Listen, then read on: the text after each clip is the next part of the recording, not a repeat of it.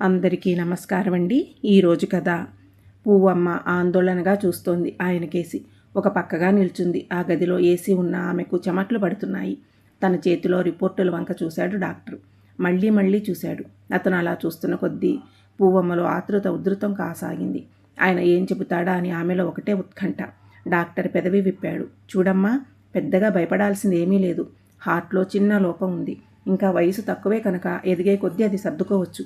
అయితే చిన్న సర్జరీ చేయాలి. కొంచెం ఖర్చు అవుతుంది. నువ్వు త్వరగా డబ్బు ఏర్పాటు చేసుకోమ్మా, నేను ఆపరేషన్ చేస్తాను అన్నాడు శాంతంగా. డాక్టర్ మాటలతో పువ్వమ్మకి నవనాడులు కుంగిపోయాయి. నిశ్చయంగా ఆయనకేసి చూస్తూ ఉండిపోయింది. అలాగే చతికిలబడిపోయింది. కాసేపటికి తేరుకుంది. గుండె చిక్కబట్టుకుంది. ఆయనకి నమస్కరించి తను త్వరలోనే మళ్ళీ వస్తానని చెప్పి బయటపడింది.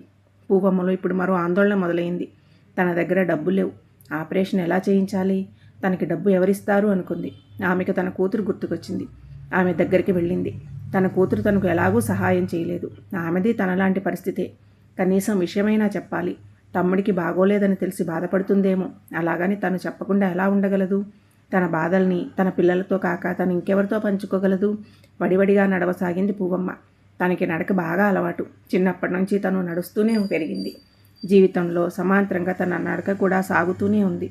పుట్టి బుద్ధెరిగాక తను ఎప్పుడూ ఏ వాహనమూ ఎక్కలేదు. ఆటోల్లో, బస్సుల్లో కూడా ప్రయాణం చేయలేదు. చేయలేని పేద పరిస్థితి తనది. అందుకే తన నడక బాగా అలవాటు చేసుకుంది. ఎక్కడికి వెళ్ళాలన్నా నడకే, లేదా పరుగు. అది ఎంత దూరమైనా సరే, ఎన్ని మైళ్ళన్నా సరే. తన కాళ్లలో సత్తువ, తన ఒంట్లో బలమూ ఉంది.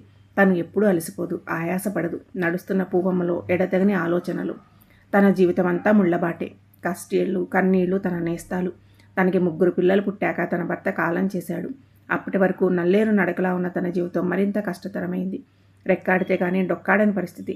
తనే కష్టపడి పిల్లల్ని పెంచి పెద్ద చేసింది. రాత్రింబవళ్ళు కూలి పనులు చేసింది. తను కష్టాలు పడుతూ పిల్లల్ని సంతోషపెట్టింది. రూపాయి పోగు చేసి ఆడపిల్లలకి పెళ్లిళ్లు చేసింది.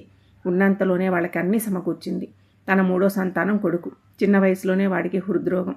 రోగం బారిన పడిన తన భర్తని తను ఎలాగూ కాపాడుకోలేకపోయింది. కనీసం తన కొడుకునైనా రక్షించుకోవాలి. ఎలాగైనా కొంచెం డబ్బు కూడబెట్టాలి. తన కొడుక్కి బాగు చేయించాలి. కానీ ఎక్కువ ఆలస్యం చేయకూడదని డాక్టర్ చెప్పారు. ఇప్పటికిప్పుడు తనకి డబ్బు ఎలా సమకూరుతుంది? ఆలోచనలోనే పువ్వమ్మ 5 మైళ్ళు దూరంలో ఉన్న తన కూతురింటికి చేరింది. ఆమెతో తమ్ముడి పరిస్థితి చెప్పింది. అంతా విన్న పెద్ద కూతురు, అమ్మ, తమ్ముడి పరిస్థితికి నేను చాలా బాధపడుతున్నాను. నా పరిస్థితి అంతే. రెక్కాడితే కానీ డొక్కాడదు. నేను నీ అల్లుడు కలిసి కూలి పనులు చేస్తేనే కానీ రోజు గడవదు.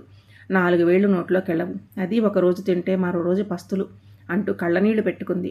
పువ్వమ్మ కూతురి దుస్థితికి తల్లడిల్లిపోయింది. ఆమెకి డబ్బు ఎలా సర్దుబాటు చేసుకోవాలో అర్థం కాలేదు.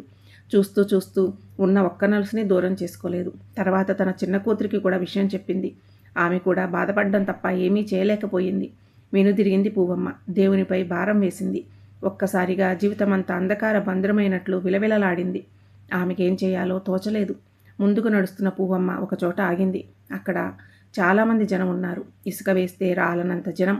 ఏం జరుగుతుందో తెలుసుకుందామని ముందుకు వెళ్ళింది పువ్వమ్మ. అదో పెద్ద మైదానం లాంటి ప్రదేశం. చుట్టూ జనసందోహం. అక్కడ ఏవో పోటీలు జరుగుతున్నాయి. గెలిచిన వాళ్ళకి పెద్ద మొత్తంలో బహుమతులు ఉంటాయని ప్రకటిస్తున్నారు.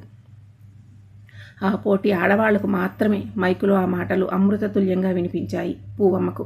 అంధకారంలో దారి తెలియని తనకి ఆశాకిరణలా అనిపించింది ఆ పోటీ. కానీ అంతలోనే తన ఆశలపై నీళ్లు చల్లారు. తనకి కూడా ఆ పోటీలో పాల్గొనేందుకు అవకాశం ఇమ్మని వేడుకుంది పువ్వమ్మ. పోటీ నిర్వాహకులు ఆమెను తిరస్కరించారు. చూడమ్మా, నిన్ను ఈ పోటీకి అనుమతించలేం. ఈ పోటీలో పాల్గొనే వాళ్ళు ముందుగా తమ తమ పేర్లు నమోదు చేసుకోవాలి. ఇప్పుడు నమోదు చేసుకోవడం కుదరదు. సమయం అయిపోయింది. పక్కకు వెళ్ళమ్మా అంటూ సున్నితంగా తిరస్కరించారు. అయినా పువ్వమ్మ నిరాశపడలేదు. కాళ్ళా వేళ్లా పడి వాళ్ళని బతిమలాడింది. తనకొచ్చిన కష్టం చెప్పుకుంది. తనకి డబ్బు ఎంత అవసరమో చెప్పింది. తనకి ఒక్క అవకాశం ఇచ్చి తన కొడుకుని బతికించమని ప్రాధేయపడింది. కన్నీళ్లు పెట్టుకుంది. చివరికి నిర్వాహకులు ఆమె కన్నీటి వెదకు చలించి పోటీకి అనుమతించారు. ఆమె కూడా అందరితో పాటు ఆ పోటీలో పాల్గొంది. ఒక్కసారి లైన్లో నిల్చున్న అందరికేసి చూసింది. వాళ్ళంతా వయసులో తనకన్నా చిన్నవాళ్ళు.